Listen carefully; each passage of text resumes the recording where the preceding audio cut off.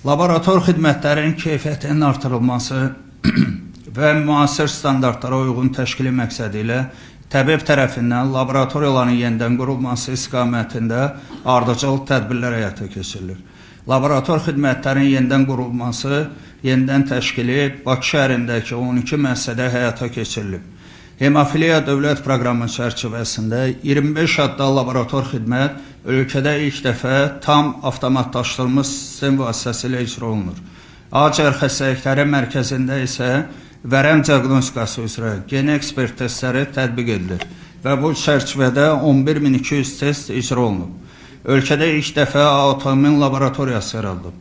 Hazırda bu laboratoriya Mərkəz Neftçiləri Xəstəxanasında tam fəaliyyət göstərir. Yeni klinika və Respublika Pediatriya Mərkəzində isə qurulma mərhələsindədir. Bununla yanaşı molekulyar mikrobioloji laboratoriyalar təbibin tabeliyində olan tibb müəssisələrində yenidən qurulub. Hazırda 5 müəssisədə PCR laboratoriyaları fəaliyyət göstərir və testlərin yerində icrası təmin olunur. Qeyd edim ki, 2020-ci ildən etibarən bu vaxta qədər təbibin tabeliyində olan heç bir tibb müəssisəsinin laboratoriyalarında PCR laboratoriyası fəaliyyət göstərmirdi.